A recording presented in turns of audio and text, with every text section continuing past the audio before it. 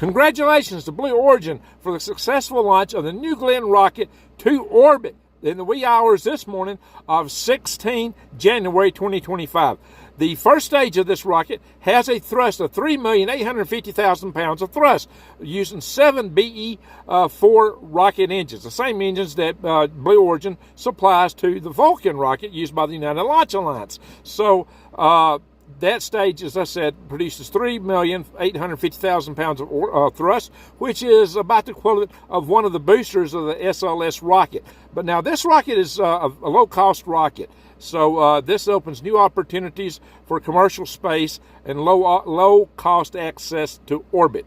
So this is an important milestone for space development and to have multiple competitors. Now, this first stage did not reach its intended landing on a barge. It's intended to be reused, but, they did good for a first launch because they actually did make orbit.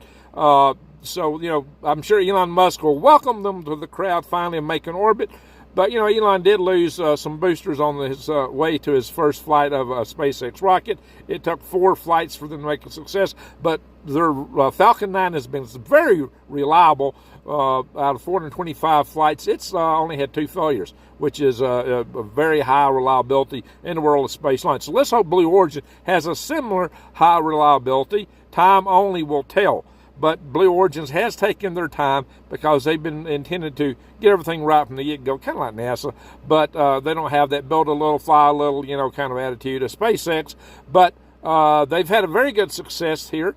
The rocket engines are developed in Huntsville, Alabama, and tested there and in other places. So this is a real shot for the development of space, because Blue Origin also is going to be involved in the moon landings for the Artemis program and intends to go on to Mars. Now, this rocket is comparable to the Falcon Heavy.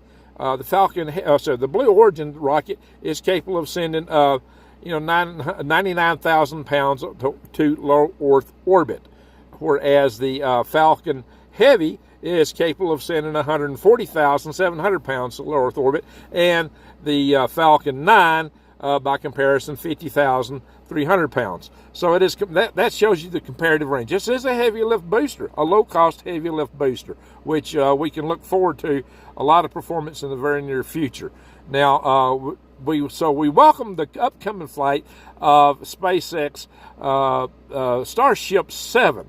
Which is about to launch too. So we have an exciting time in space. Stay tuned. I'll be bringing more back soon, and I'm going to be doing something on the Army anti-gravity program. Yes, they've had an anti-gravity program. So I got something coming up on that. Stay tuned.